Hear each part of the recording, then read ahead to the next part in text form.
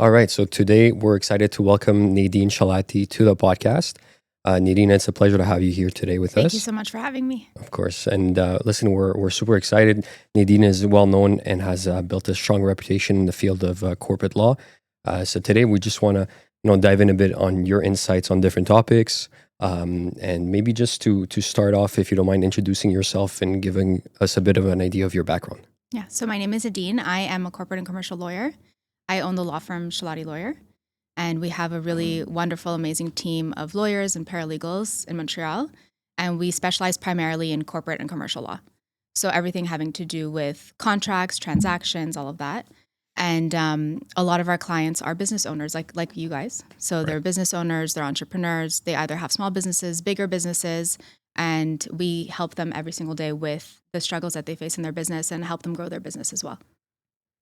Amazing. And then Nadine, what would you say inspired you to jump into that field and right off the bat start your own practice?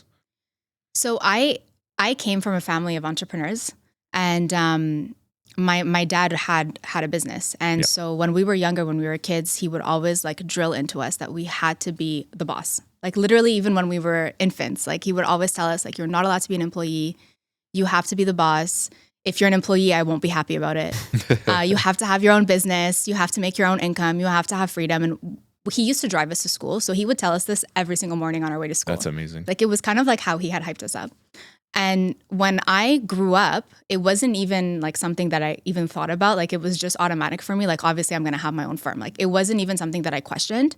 And it was such a nice gift that he gave us, because he instilled so much confidence in us. And I feel like that's the best gift that you can give your kids, that you instill confidence in them. Absolutely. And that's what he did for us. And honestly, all my life, I never imagined any other way of living except for this. And the first chance that I got to open a firm, I did. And my sister, I was lucky. She had already started. So I joined her right away after I had finished my articling.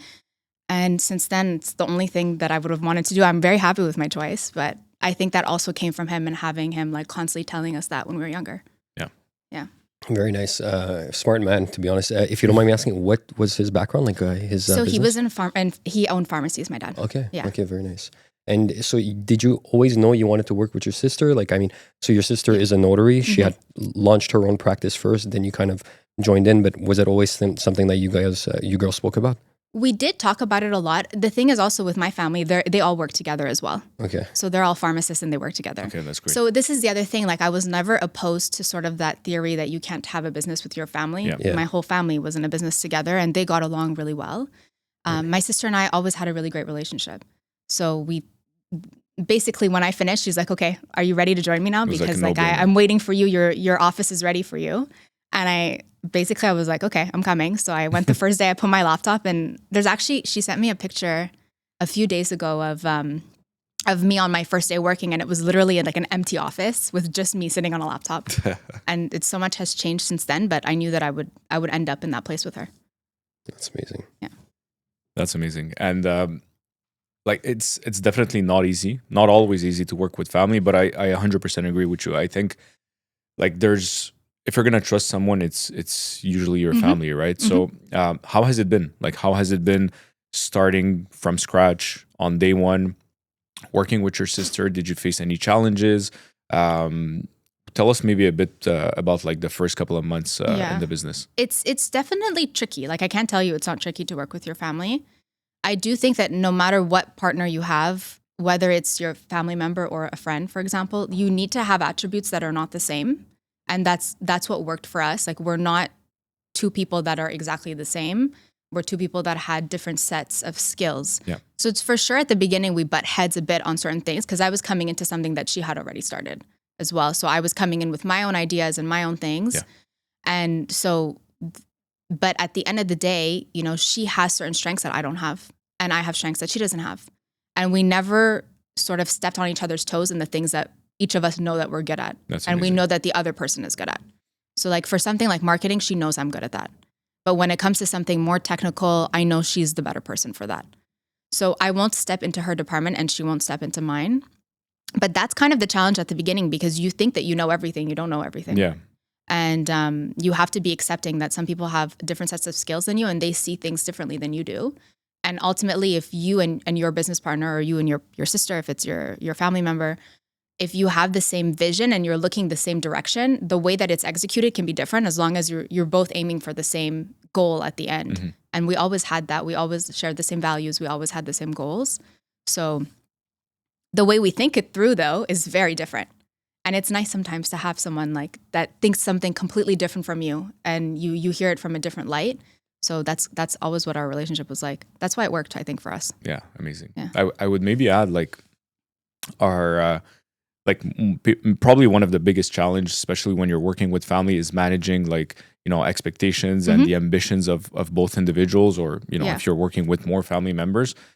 How has that worked out for you? Like, do you have similar ambitions in terms of where you want to bring the business? We didn't at the beginning. Okay. We didn't at the beginning. I think at the beginning, I wanted a very big firm. And hindsight, I think I was wrong. We want like a large enough firm that, you know, our clients are really well serviced. Yeah. Our team is really happy together. They work well together. And we also have a little bit of peace in our lives as well. Because it's not just like, life is not just about working. For sure. And it's important also that you grow your business to a certain place where you can kind of retract yourself a little bit and it still functions on its own. Mm-hmm. And that's really where we're at now. That's what we both want. We don't want a super, super large firm, but I definitely want a firm that's bigger than what we have now. We're almost at 9 people now. But amazing. Congratulations. Like it's a process. For sure. No, for sure. And so you guys started with, you were at 2. So when you joined your sister, it was just you and her? It was me and her, and she had her own assistant, but it wasn't my assistant. And then eventually it was during COVID. So I didn't have anyone for the first 4 years. Okay. Which is very opposite to what people think. They think like you go in and someone's answering your phone for you. Like, I used to answer the phone myself. Okay. So people would call and I'd be like, oh, like Chalati Lawyer. Like it was me. Yeah. Like, I was the one answering the phone. I'll transfer you to Nadine. Yeah. This is exactly what I would do. I would say, it's her assistant, I'll transfer you. And then I would transfer and I would speak in a different language. So it would seem like it was a different person. Smart. And yeah, so that's what I used to do. And I used to do everything. Like you would do like all the marketing. I would do all the phone calls. I would answer every single like incoming lead, everything all at the same time. And there's literally came a day where I just couldn't do it anymore. Like it was too overwhelming for me. Yeah. So I had gotten one paralegal who's still with us today. And she had helped me so much. And till this day, like she's such an amazing team member that we have at the office. And we were 2. And then that's when we started adding. So then at one point I had gotten a stagiaire. Then after that we had gotten another lawyer, another paralegal, another notary, et cetera. And we just kept growing and growing and growing. But it took a little bit of time before I actually felt comfortable hiring someone. And I think a part of it was because I was worried that the clients wouldn't get service the same way because it wasn't me. But at the same time, I was hurting the own service that I was giving because I wasn't having other people there to help me to service my clients better. Okay. So I kind of was causing my own issue by not having someone earlier, but it was definitely like the best thing that I did at that stage. That's amazing. Okay. And so, okay, 9 people now. I'm guessing obviously it comes with some advantages. Like you said, you can delegate, you can multiply your time. What are maybe some of the challenges as well? You know, when we think about growing, oftentimes, you know, you equate it to success in the business itself, but it comes with a lot of issues, whether it's management, you know, are you working more on the business, in the business? How do you split your roles, you and Dalia, and knowing who does what right now that you have 9 staff? So maybe just talk to us about that. So we had like we had about, I think it was 4 people for a while, and then we added 4 within 2 months. Wow, so okay. that extra 4, that was the one that kind of like it deregulated the system. I don't know if you could say that. You're doubling the staff in a short period of time. It completely pushed all the systems that we had of how we work, our routines, the way we work. The entire thing just went to the garbage. And both her and I, we got really overwhelmed with just spending the whole day answering questions. Like all day you're answering questions, and you have to, it's your job. Yeah. You're teaching people how to do something, you're answering questions, and my day would get completely overtaken by this. I was not doing any work. I couldn't work because all day I was, you know, a question about this, a question about that. How do I do this? How do I do that? And it's very fair because you have the obligation, if you're going to add team members into your business, you have the obligation to teach them. And you have the obligation to do it well, because if you don't do it well, the only person that suffers in the end is the entire entity. Yes. So for 6 months, I barely did any work. I would review things, I would look things over, but I spent most of my time trying to figure out how to create cohesion again in my schedule, because my schedule became a lot of 3 hours of the day will be allocated to answering questions and helping and reviewing and explaining things. And it was less time that I was able to actually do work on my business and in my business, which as a consequence, I ended up filming less videos. That was one thing that happened to me. And as a consequence, I also had less time to think about my own business because I was so focused on making sure that the quality of the service stayed the same and that everyone was really well trained. And now, like today, now it's almost a year since then. Now I feel like I got my cohesion back again. Good. Because now I feel like everyone is trained. They're much more comfortable. And I'm also more comfortable in my role that I now, I understand my schedule better and I'm able to manage my time more efficiently. But that was probably one of the hardest periods for us because there was so much going on. We had so many more clients coming in. And at the same time, there was so many changes that I didn't even know my own routine anymore at work. Like I was coming into work and I had my set things that I wanted to do, but nothing would ever get done. So that was a huge... It was a huge, a huge reality check for me, something that I never expected. And that's why I say, I think that growing is something that should be done very slowly. I don't think that you should just grow just to say that you're growing. Like you need to actually look at every person, see what their role is and understand what they're doing.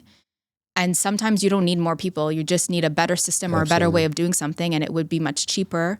And it would also be much faster for everybody. Like it's to the benefit of your whole team. Yeah. So I don't think that adding people is necessarily the best thing. Sometimes you need it, but sometimes it's better to sit back and think, okay, do I actually need more people or do I just need a better way of doing what I'm doing? Yeah, absolutely. And it's funny you say that because I think Tony spoke to you about it off camera, but his brother just recently joined the team and he's basically going to be doing what we're doing. So he's going to act in the role of a wealth advisor. And you realize if you want to bring him up to speed on the type of quality of service that you want him to give to his clients eventually, it comes with a lot of questioning, a lot of coaching, and our schedule is already pretty packed. Managing our existing clients, trying to grow the business. So just to give you an idea, let's say 7 a.m. to 5 p.m. We're working on the business. We're servicing our clients, and then from 5 p.m. till evening, this is our coaching opportunity with Cyril, with his brother, and you realize it takes a lot of time. You know what I mean? And they're always asking the right questions. They're smart kids, but you owe it to them, like you said. I feel like you kind of have this mentorship absolutely role, and it's been definitely easier because he's definitely very, very good. But I can't even imagine having 4 at the same time that joined. Oh, it was a huge shock. That would be insane. I actually went through a period of immense growth myself, but I actually had to step back from everything and just think about what I was doing because you actually have to reflect on what you're doing properly. Because you don't realize it, but the days go by so quickly. So you could just let them go and then you'll forget about what's happening. But I do think the other thing that also helps is often now, where I'm at now, when I get questions, I often ask the question back. How would you do it? Tell me how you would do this. You have a question, okay, the client said this, how would you answer them? Because you also have to prompt them to have their own reflection on the situation because you won't always be there. Yeah. They're at one point they will be independent on their own and that's the goal, right? You want them to be independent and to feel comfortable on their own. But you also have to prompt them to say, okay, well, even if you can answer it, I don't answer it sometimes. I just say, okay, you draft a response and we'll look it over together. Yeah. Because that way they're also learning at the same time and it helps you as well get back your time as well. And they feel less dependent and you empower them. And at the end of the day, it's the only way to really, fast track their development, right? So you're going to laugh or maybe you won't laugh. But when I was a stagiaire, on my first week of being a stagiaire, my boss was, and I had never practiced law before, we understand, I'd done nothing. He's like, okay, Nadine, you're going to go to court today. You're going to present the motion on this and say this, this, and this. Oh yeah. And by the way, you better win. And I was 21. I was 21. I was so terrified. So I went into court and I'm holding my things and I'm shaking. I was so scared. I had never done it before. I had never been there, or I'd never even been in the courthouse before. And I went by myself and I had to do this whole motion. And then I went back to the office and it was okay. Nothing happened. It was nothing catastrophic.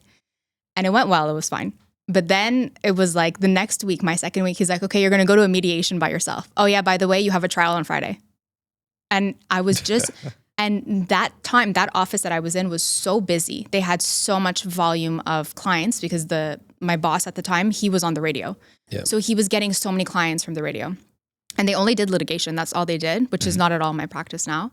And he would literally just send me from place to place to place. I would spend the entire week in court. And what he did was actually teach me to have confidence in myself as well, because if he never put me in those situations, I don't know if I would have been able to have a practice on my own that quickly, just because of the fact that he was like, I have an expectation of you to perform, so you better perform, but here, just do it and you'll figure it out as you're doing it. Yeah. Well, in some way, like, it's probably the best way to learn. I mean, he probably knew like where to, in which cases you should be employed, and he would probably think that, okay, well, I mean, even if she doesn't do as great as I think she would do, like it's not the end of the world. But from a personal development standpoint, like it's probably the best thing you could do for someone that is starting off absolutely fresh. Yeah. And I don't know if I would necessarily throw my team members in the same kind of boat like that. Like I think it was too much maybe. Yeah. But definitely there are moments now where I'm like, okay, you can take care of this. Yeah, like I know you can do it. And anyways, like I'm still here. Like you can ask me questions. And usually they're good. Like they're fine. You figure it out. Yeah. Yeah. And it's a big risk too. Like we were talking about that. Like you invest a lot of time. You take time from your own personal work that you have to do to invest in them. You don't know if it's gonna work. You take a chance with every team member that you bring on. Looking back, would you have doubled the staff the way you did it? Like, did you guys really need to do it that way? Yes, we did. Yeah. I was drowning. We had so much work. We were 2 people doing the workload of 4 people. Okay. I was drowning. I'll be honest with you. It was like mandatory. Okay. Because my paralegal had way too much work, and I, as a lawyer, I had way too much work. I needed another lawyer to help me, and she needed another paralegal to help her. Wow. So it was mandatory. And same thing on my sister's team. You know, she needed other notaries, and she didn't have a choice. Like we were back up against the wall. You know, like there's only so many hours you can work in a day where then becomes acceptable, and there's only so much stress you can take on. And like at the cost of my hair, I probably lost half of it during that time. But that's what happened. So I do think it was necessary where we're at. Would I do it again that quickly? Maybe not. Like I said, I would really have to see that it's required. And I think it's important. If it's not required, you don't add people. You only add people if it's really required, because it's not just a time expense, it's also a huge money expense as well. For sure. So it needs to make sense in your business. You can't be losing money by adding people either. Absolutely. And I'm just curious, how do you balance running a business and your personal life? So I have like non-negotiables. So basically for me, like, every single morning I have to work out. That's a non-negotiable. And I have certain routines that I built over the years. Like every morning I have to do X, Y, Z, and I will not start my work until those things are done. So those for me, like I had to have that in my schedule. And my sister and I both love kind of taking on new hobbies. So every single, like, we usually do like 8 weeks, but sometimes it's a whole year of one hobby. Then the next year you do another hobby. Amazing. But we will have like other hobbies that are not work related, where we can completely disconnect from work. So it could be like, for example, you could take like ballroom dancing or pottery, or like for a long time we were doing I don't know if you know it, padel. Padel, yeah. Yeah, padel or tennis lessons, whatever. Like anything that is not working, that you can't touch your phone. These are all activities. You can't touch your phone. Your phone's not on you. Yeah. No one can talk to you. You have to focus on what you're doing, or you're going to injure yourself. I mean, nothing bad will happen though. But that's how we did it. So I had for me non-negotiables in the morning. The morning for me is the time that I like for myself, lesser than the evening. I'm okay working later, but I want the morning to myself. And in the evening, we would have at least like once or twice a week something that was non-work related, that wasn't hanging out with anyone, that was literally like something for us that we were doing for our own growth, that would allow us to have like something fun that we would look forward to. And yeah, that's pretty much, so that's what I do. What do you do? Honestly, we're big advocates as well of like working out in the morning. Tony just started doing ballroom dancing as well. Did you also? I'm just kidding. Yeah, probably one of my resolutions this year. Yeah, absolutely. Okay. But to be honest, again, jokes aside, gym like pretty much every single morning. What else do we do? Boxing once in a while. Like I think once a week we try to do some boxing. I just restarted tennis as well. Like I was playing tennis a lot when I was a kid, and then I completely stopped because I was running out of time. And like this is one of my resolutions in 2025. That was my resolution for 2025. For real, yeah. Yeah, because we were playing padel a lot, and at the time there was only that one studio in Montreal, which was not in Montreal, sorry, in Laval. The only place that had it was in Laval, and it was outside, so you could only play in the summer. Yeah. It's an amazing place. Like it's so much fun, but you also need 4 people. So it's a huge Yep. commitment. You need other people who actually want to play and they're actually good, because otherwise you don't go very far with it. So yeah, that's why I started taking up tennis as well now. Yeah, no, it's a great sport. You can play it till like, you're very old. You need only 2 people. So it's it's honestly, I think it's an ideal sport. And other than that, I mean, we're also big believers in doing it in the morning. Especially, I mean, we have 2 young kids. So by the time you finish work, like it's kind of, the family time. You have to make sure you at least can spend a couple of hours before they go to bed. And we just feel better. Like obviously you sacrifice a bit on your sleep, but you get it out of the way. You feel more confident during the day. More, I agree. Yeah, more energy. I agree. Yeah, 100%. I would say that probably the same thing. Like I think we're in a life stage right now where there's not a lot of time because of the kids. But at least the morning is sacred, like you said. That time between like 5 a.m. until we get to work is really where you get pretty much like everything you want to do for yourself. You get it done during that time frame.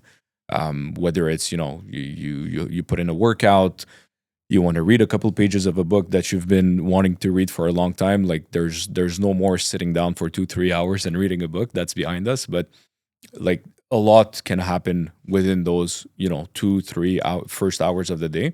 Like I think we try to make as much out of it as we can. Yeah. And we should do a paddle game. Yeah, 100%. Oh yeah, for sure. I actually love paddle. 2-on-2. Have you gone to the place in Laval? We haven't. It's stunning. It's very nice. And it's really nice. Like it's fun. Like it's nice to be outside. nice That's the other thing. Like you want to do things outside in the summer. You want to enjoy your time.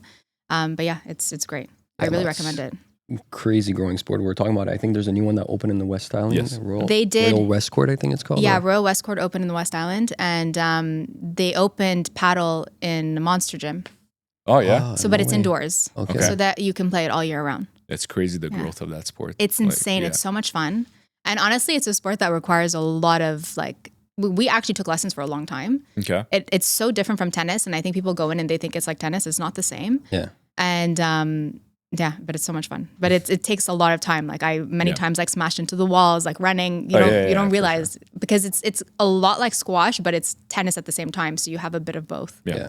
And it's fun. It's different than like your regular just, like early morning gym session or like, class that you're taking. Absolutely. Especially if you're competitive. Do you guys play with the staff as well? Or is we haven't gone yet, but we actually talked about it because we did talk to them about it a lot, like playing paddle outside in the summer, and they kind of all seem like they're interested in it.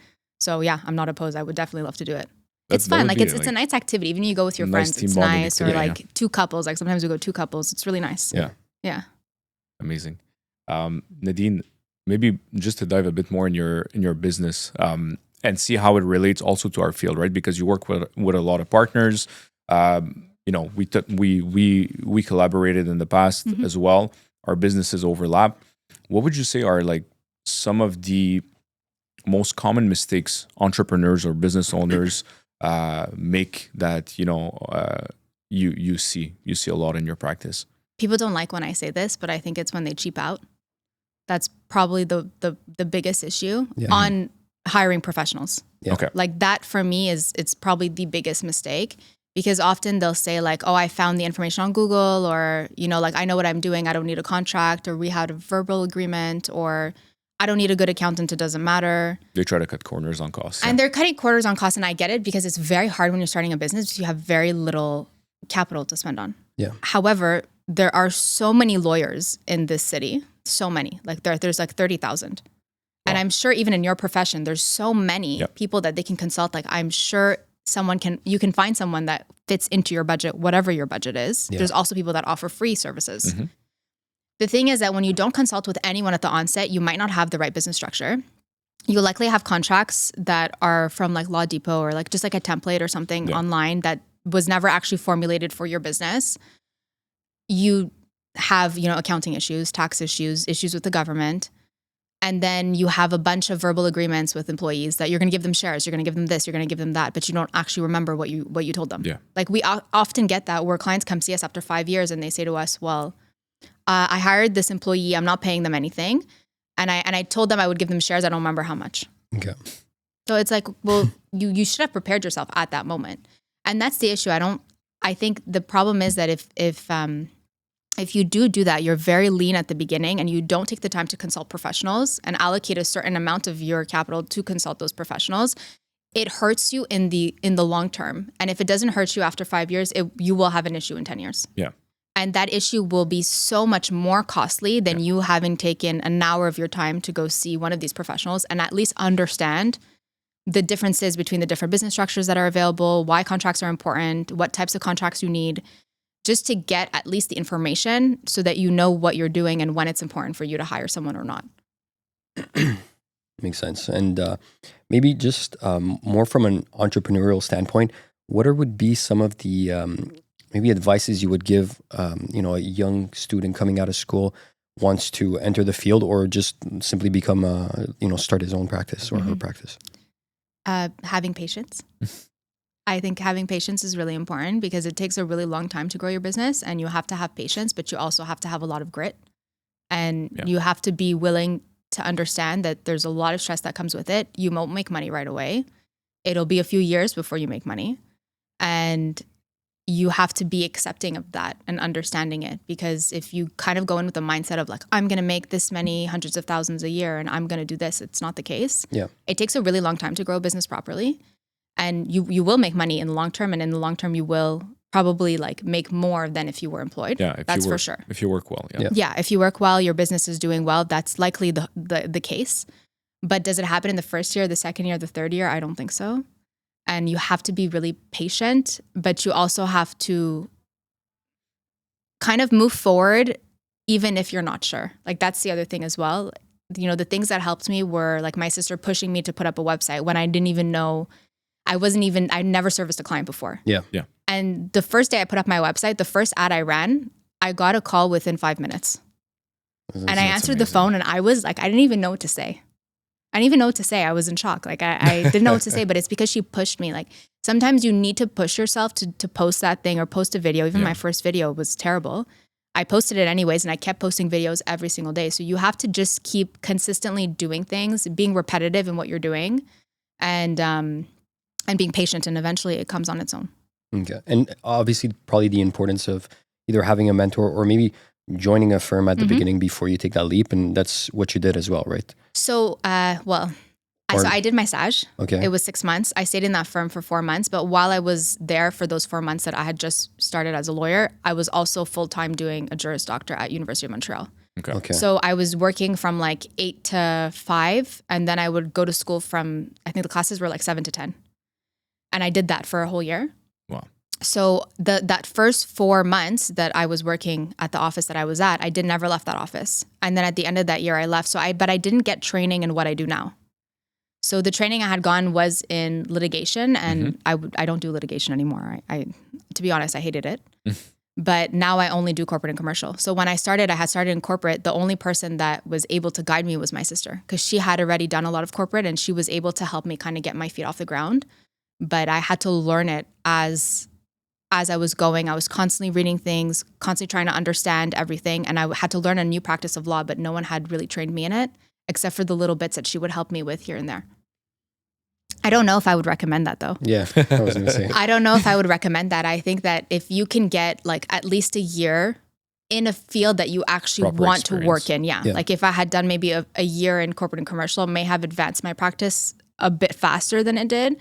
So yeah, it's definitely something. I think like take some time, maybe work somewhere for a year. You don't have to work there forever, but just understand how a firm works, or understand how that type of business works, how the actual internal part of the business works as well. How do they work with their employees? How, like, if you could just understand how a business works, how the financials work, how to do the work that you need to do, then it gives you enough for you to actually start on your own. Yeah. Very nice. And that's actually amazing. Yeah, we see it all the time. Like even us with our personal experience, like we had probably 5-6 years before we started our own practice. We understood the industry much better when we got in.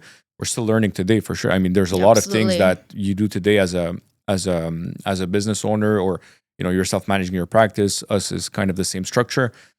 You learn every day, but at least when you go in, you have a bit more of a feel of, how it's going to look like, what I should be doing, what's the first 3 years, what should be my priorities during those years, and then how are you going to evolve past those 3 years that are usually the hardest. You did something that is quite different from other lawyers that started their own practice. You had a big social media presence. You still have a big social media. I know it's one of the things that you want to start working back on. How, like, why did you take that angle? How did it work out for you? I don't remember which person it was saying. It might have been Gary Vee, to be honest. Okay. I think it's from him, and he says that, and it could not be him, so don't quote me on it. But there is someone that says this, that if you show yourself 7 times to someone, the likelihood of them coming to see you, it's significantly greater than anyone else. And I always remembered that. So like I would post videos every single day when I started. Back in 2017, 2018, I was posting videos every single day for years and years and years and years. And that's how I had gotten all my business. And I knew that the more I posted them, people would remember me. And then what would happen is that eventually they were starting a business, or eventually they were doing XYZ. And then they would call me and they would say, I've been watching your videos and now I need this. So that's something that I always remembered. Like the more that you show up to social media, the more you post videos, people will eventually come see you. And you end up organically building a bit of trust with your client before they even become your client. So when they walk through your door, they already trust you a little bit. And because I was young, I always had, like when I started, I was 21, 22. Like I, by no means did, like it's very hard for you to get trust from someone who's 50 when they look at you and they say, well, how old are you? Yeah. So, and I would get that comment often, like, how old are you? How long have you been practicing? And that's the thing, like I needed something to give me credibility because I knew that I was strong in what I was doing and I knew that I was good. So I needed that type of credibility that people would trust me. And by posting those videos, I was able to like organically build trust with my clients. And then eventually they would become clients at the office. Yeah. And till this day, I still think it's one of the best methods that exists. And the other reason is that just by who you are, like by the fact of who you are, when you post videos and you post them in the energy that you have every single day, you start attracting people that have similar energy to you. And so which is the issue with copying other people's videos, that's the issue with kind of mimicking what other people are doing, because you want to organically bring in people that have the same energy as you. And you want clients that want to work with someone like you. And that's what it ends up doing. And I made a lot of friends from Instagram as well. That's the funny thing also. Yeah. So just from your energy on your videos, people will gravitate towards you if they like your energy. They'll gravitate towards you if they feel like they can trust you. And that's what social media does. And that's why I think it's really pivotal for a business, for them to be posting videos. It doesn't have to be every day. Yeah. But I think 2 times a week, it's enough. 3 times a week of you posting a capsule on something, it gives someone that like little bit of trust in you that they know that, okay, if they came to see you for this, like they would be comfortable. Yeah. And it's like I think in today's age, you need to be out there. You need to build a brand. You need to be consistent, like you said. Absolutely. How's conversion? Like you do great. that for a very long time. Probably clients that have been following you from 2017 reached out 5 years later. But how was it like in the first year of when you started doing this? It was useful. Yeah. Yeah. So when I started, I had like 300 followers. And I still, for a very long time, I only had that many followers. I didn't get more followers until maybe a few years ago. And before that, it was a very, very minimal. So at first, I would post a video and I would wait and see. And I started getting a lot of clients back then, even with very little followers. Because people end up sharing your videos with other people. Yeah. That's what ends up happening, is that you post something, it might not attract that specific individual, but then they share it with their friend who told them that they wanted to start a business, or their friend that is doing a transaction or what have you. So the conversion was really good, even at the beginning, even if with very little followers. Amazing. That's why I don't think the follower amount really matters. It helps, but it's really about like the actual content you're producing. If you're producing quality content, I believe that you will get clients from it. If not right away, you'll get it within the year or the next year for sure. Okay. And out of curiosity, have you gotten staff from your videos, from your social media? Yeah. Okay. I did, yeah. I got two of my staff are from social media directly. Wow. Yeah. And it's funny because I feel like we can definitely relate to that. We've been starting, let's say, using Instagram videos on LinkedIn and all that for a few years. And I would say most of the people that reach out to us is literally that. It's, hey guys, I love what you stand for, love like the kind of the chemistry you guys have, what you're preaching. We would definitely love to join you guys. You know, are you guys looking for a spot? And we've had countless people reach out. So I think sometimes you kind of have to pivot and realize, okay, it's not only about getting new business, getting new clients. It's potentially also just growing your team and your business, you know? So do they use it as well, out of curiosity, or are you the only one I'm the only one who films videos for our office. I do think it's nice to have, like, I do like the videos that I see of other firms, or not necessarily in law, but in other practices as well, that have kind of the diversity in the people that are giving videos. Yeah. I would love for my sister to film videos with me. Yeah. This is a project I'm still working on. She's more camera shy. She's not camera shy at all, actually, and she's amazing on camera. Okay. I think even better than I am. Oh, wow. To be honest, I think she's really, really great on camera. She's very eloquent in the way she speaks, and she's a very peaceful individual. So like when she appears, people get like a lot of calmness from her. Okay. I feel the same.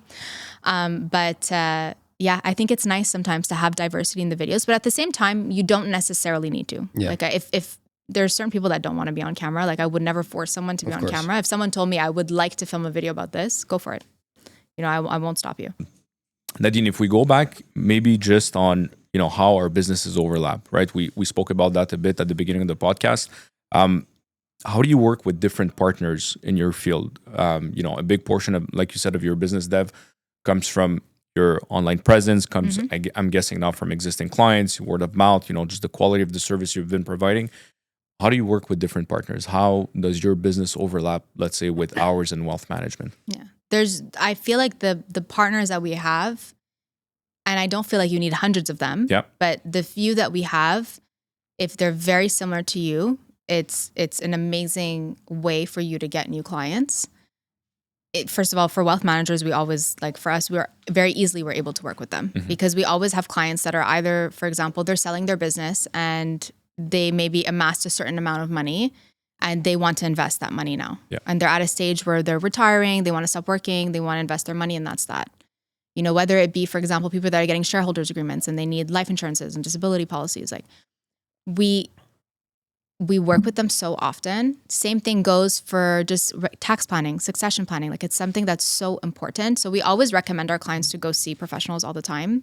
And the same thing applies, for example, accountants. Like lawyers and accountants, we work really hand in hand together, especially for corporate lawyers.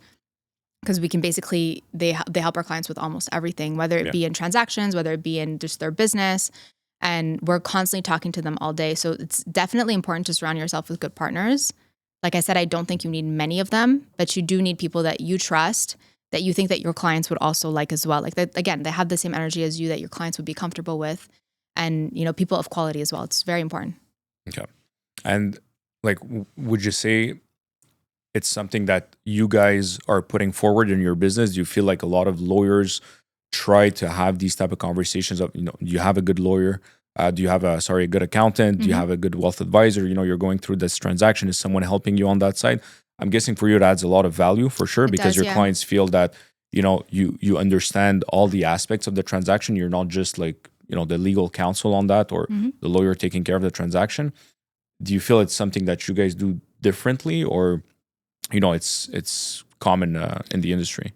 I don't know if I could say it's common. It's definitely, I would say there's like a 30% of people that do it. Okay. For sure, there are a lot of... It's quite low. Yeah, it's low. I don't think everyone goes the extra mile to ask all those questions. I think every client has a professional that they trust, that they will gravitate towards to first for their questions. And that could be their wealth manager, it could be their accountant, and it could be their lawyer.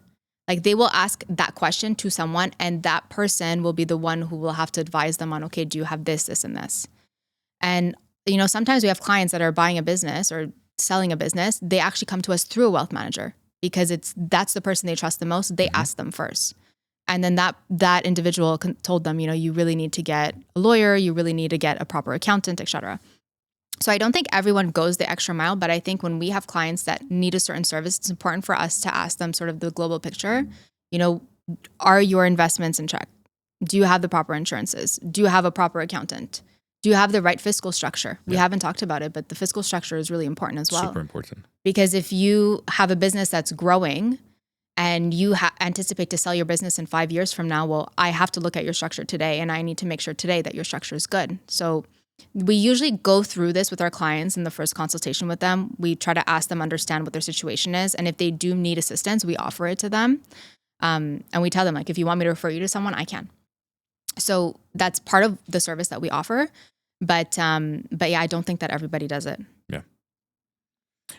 I mean, we see it a lot too. Like we talk to our clients a lot. Like it's not transactional. We have a business where, you know, it's a recurring relationship. Yeah. And you know, we probably talk to our clients more than they talk to their accountant or the lawyers, right? Depending on the situation, of course. But we really try to put this forward. And I feel like if you want to build a long-term relationship, you want to build trust, you want to make sure that these clients not only stick with you, but also eventually refer you other similar clients, because that's what you're looking for. You have to take that approach. Like I mean, we do it all the time. And I know we worked on a couple of clients also together. But I feel it adds a lot of value. And, you know, when you become that person that they call when they need something, even though it's not your field of expertise, that's when you kind of know that, okay, well, like they trust you. Exactly. You're the right person. And then you can redirect that to the right partner eventually. And that's what people want. They want people that they can trust. Like they want to have that comfort that the person that they're calling will help them no matter what the situation is. Yeah. And that's kind of what we're all trying to do for our clients at the end of the day. Yeah, absolutely. Also very curious, you know, the legal industry has changed so much over the years. How would you say you and your sister have had to adapt, you know, let's say over the last 5-10 years? I would say before COVID, the legal industry was very fixated on big firms. It was a lot of like big firm clientele. Someone wants like a Top Gun lawyer, aggressive. And that's kind of what everyone wanted. And now we're in this stage, probably since COVID, I would say, a lot of people have been trickling down from bigger firms to go to see smaller firms. And they all say the same thing. Every single client that we've had that came from a bigger firm that went to a smaller firm, the commentary is exactly the same. They want like a more personalized service. They want to be able to speak to a lawyer. Like that's the other thing. They always complain, like, I always have to speak to a paralegal. I just want to speak to a lawyer. You know, they want to feel comfort. Yeah. They want to feel comfort. They want to feel like, oh, like I want to call and I want someone to answer me. Yeah. And I'm not just like necessarily a number. Yeah, exactly. Yeah. And I feel like people have been gravitating more towards that boutique style service where they're going more for like boutique specialized. They want smaller firms with maybe fewer people. Not very small necessarily, but they want to have that type of personal experience where they're taken care of and they could feel comfortable calling you and you'll answer their phone call today. Like that's what people are really seeking. And we've really tried to keep that atmosphere at our office no matter how much growth we've had. Yeah. Because we still want people to feel like they still get that same quality that they got when it was just me or just her. You know, we still want them to feel like they know everybody in our office. They know what their names are. Everyone in the office knows about their file and what their file is about. And that's something that's really important because when they call and they say, well, in my file, this, and this, well, every paralegal knows what that file is about and they know what's going on in that file. So we always try to keep that specialized type of niche service. Yeah. And I think that's been the same in almost every industry. Like even the fitness industry, people gravitate more towards like boutique style, 100%. like just yoga studios or just Pilates studios or just spinning. Like they want that feeling of like specialization, but also that they're taken care of. And that's kind of where the industry is going right now. And I like it. I'm happy about it. For sure. Yeah. 100%. And that's what we see in our field too, you know, like, I mean, look, in wealth management, we build our practice, you know, we build our book of clients. We try to be as selective as possible so we can give them as much time as possible, right? So let's say you have 150, 250 households. Clients appreciate the fact that there's no turnover, right? Yeah. In bigger firms, potentially there is a bit more. You know, we're there for the next 20, 30 years with them, servicing them. Second of all, it's much more detailed when it's your own practice, right? When you're directly affected if this client potentially leaves your book. Yeah. And I think it's probably what you guys experience as well. So your level of quality is potentially different than what they're going to feel like in a top tier law firm. And you want them to be, and not to say like in those firms, they service their clients very well as well. Mm-hmm. But it's a different experience. It's a completely different experience. And both experiences are good in their own way. So like for us, it was just always about quality. We are always been, and we've spoken about this so many times, like we've always been a quality over quantity firm. And we prefer to be that way, which means that perhaps we're a bit more expensive, okay, because we're going to take fewer clients.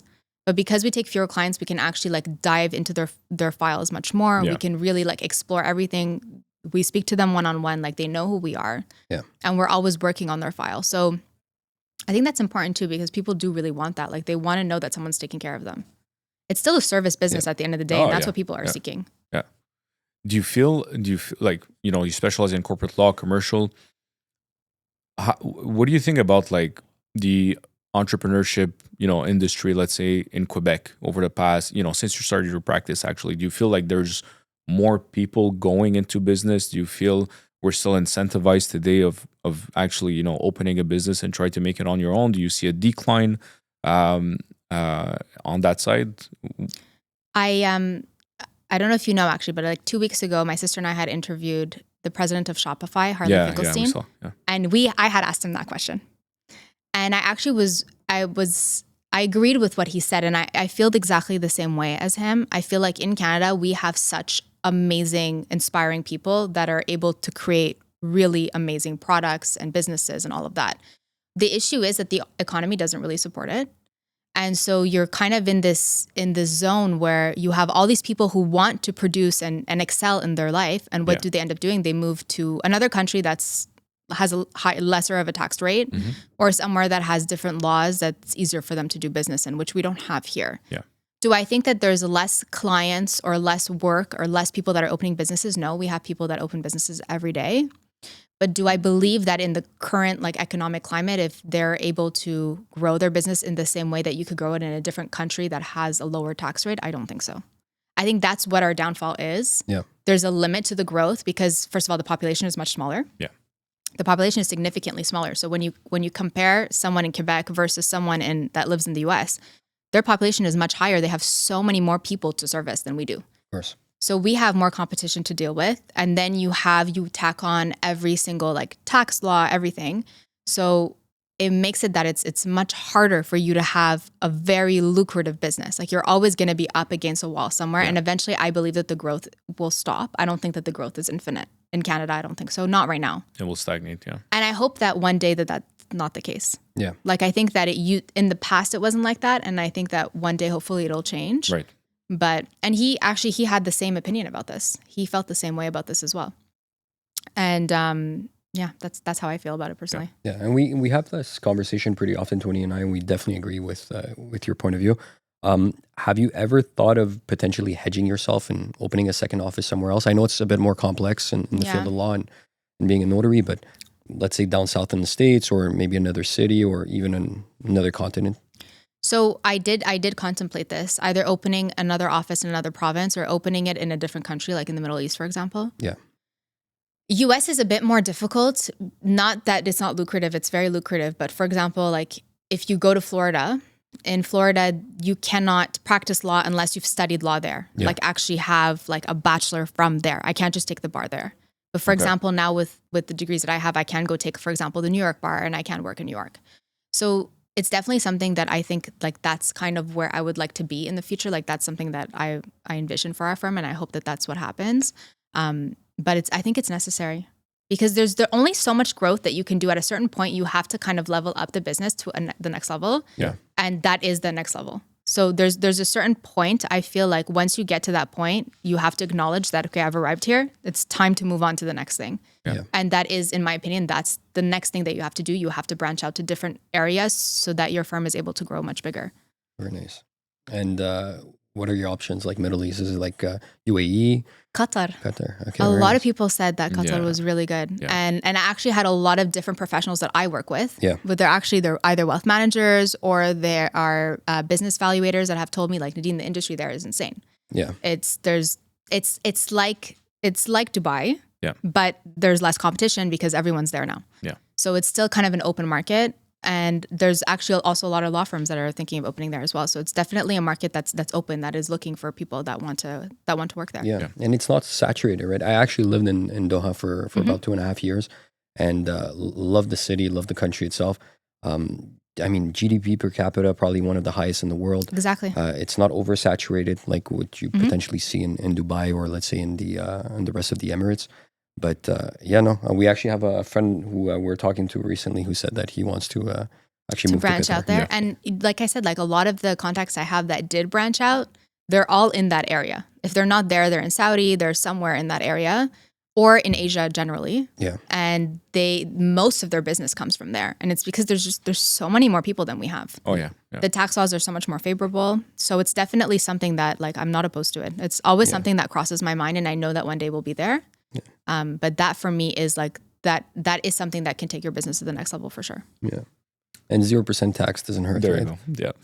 Paddle No. all year round outdoors. Exactly, yeah. Nice weather. Do you see it also becoming like, if you actually do expand there, do you see it becoming like your primary residence as well? Like you see yourself going to live in the Middle East, or you would still have that that attachment to Canada? So it's very hard for me to explain, but like you know that I went through like a big like a big loss in my life.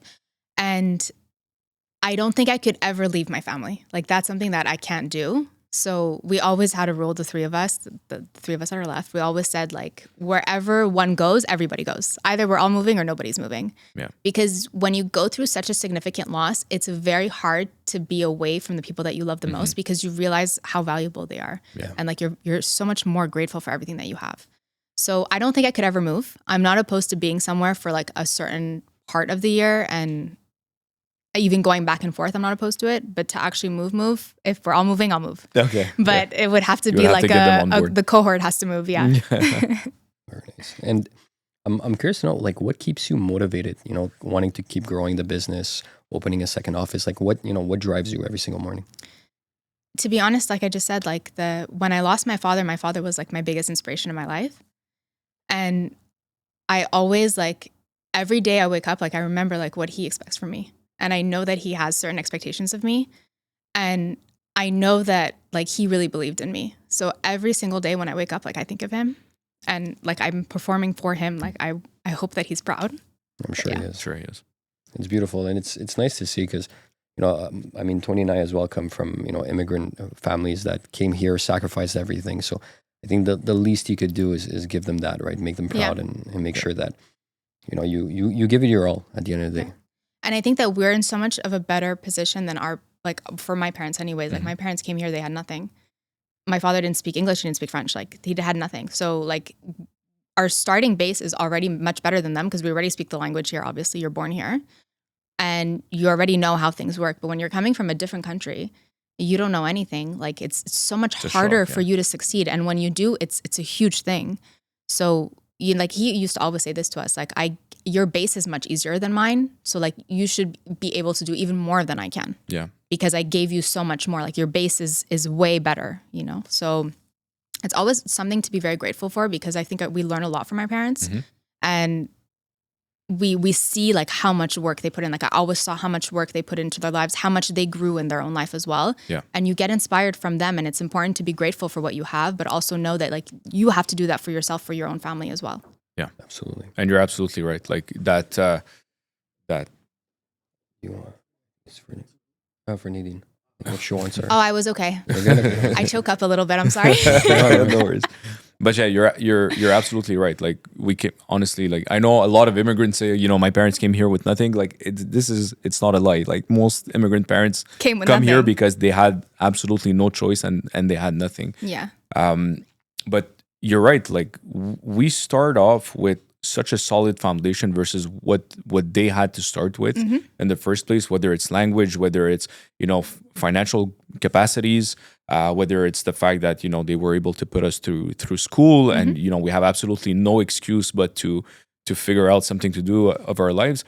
You, like you said, you owe it to them. You know, it's you have to be motivated, you have to be passionate about what you do, you have to find something for yourself, but you kind of have no choice but to succeed, right? Because at the end of the day, they did all of this Without that. Yeah, exactly. And they did it for you at the end of the day. Yeah. And you owe it to your own family that you'll have as well. Yeah. Like I owe it to my own kids. I don't have kids yet, but I owe it to my kids as well. For sure. You know, and that was the thought process that they had.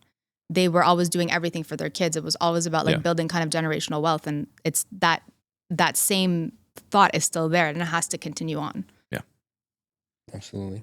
Also, maybe just to piggyback on what you said earlier, you know, like you being 3 women right now in kind of like building that tight bond. I'm just curious, maybe to bring it back to the business side of things. Like, how important has it been to have a network of women in the industry, and how has it maybe also impacted your career?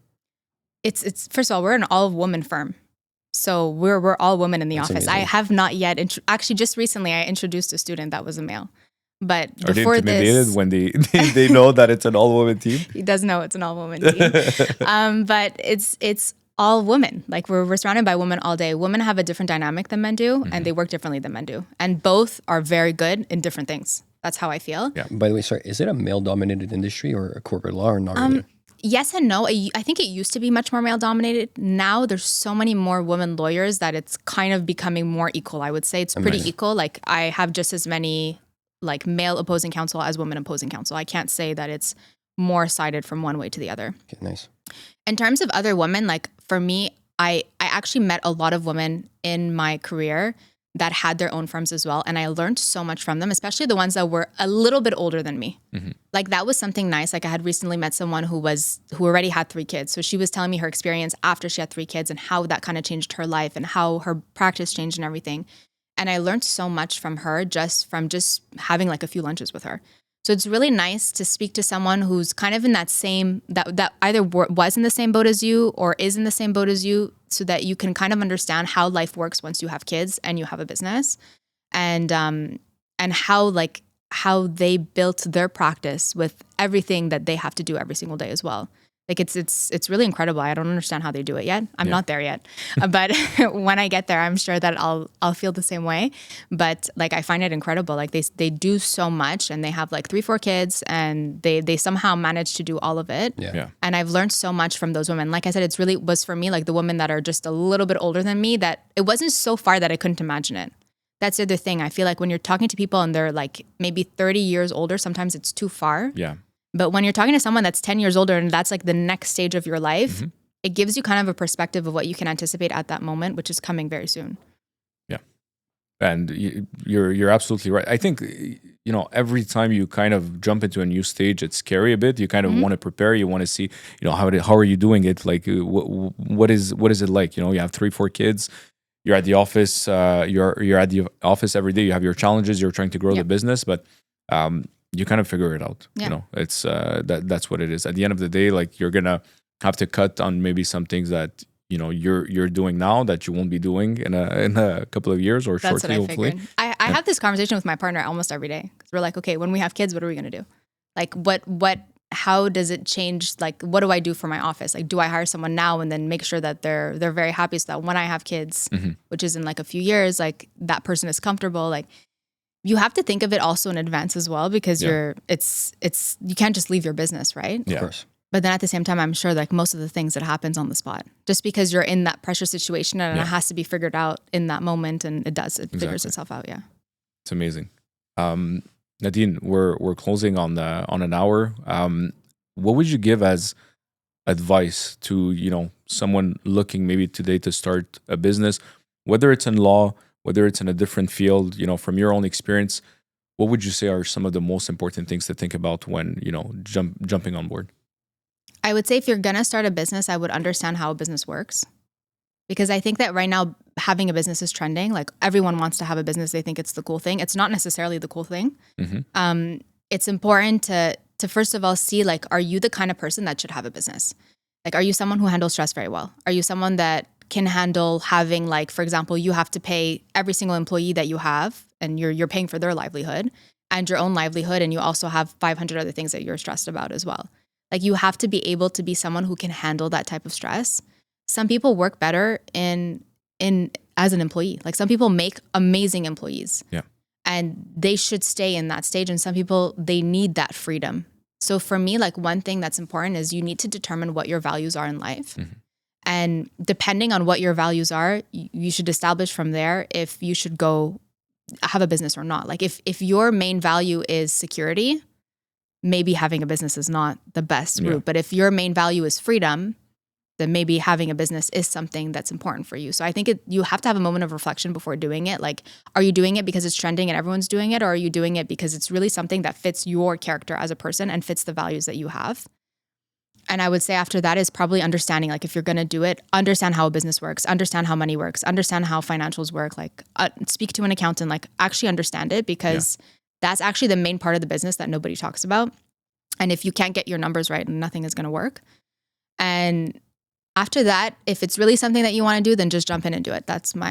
There's not much more to it. Like you have to rip off the Band-Aid, you have to do it. You can't over prepare. Yeah, you can't prepare. You have to post the things that are half quality, that maybe aren't the nicest. You have to put up a website that maybe isn't perfect, because just the act of doing it actually gets you on the foot of like moving faster and faster. And you need to just do those things even if they're not perfect, because that's what allows you to grow. And that was the case for me. That's how I grew as well. 100%. No, love the advice. Listen, it's been a pleasure, Nadine. It's already an hour, flew by. Maybe just before we cut off, if you don't mind sharing with the listeners where they can find you, if ever, whether it's your services or your sisters. It's just website, Instagram. Yeah, so my Instagram is at Chalati Lawyer, Chalati. And our website is chalatilegal.ca. All right, amazing. It was a pleasure having you. Thank you, guys. Absolutely. Hopefully next time we'll have your sister. We'll so. break the ice. She'll be great. Thank you, Nadine. Thank you. You.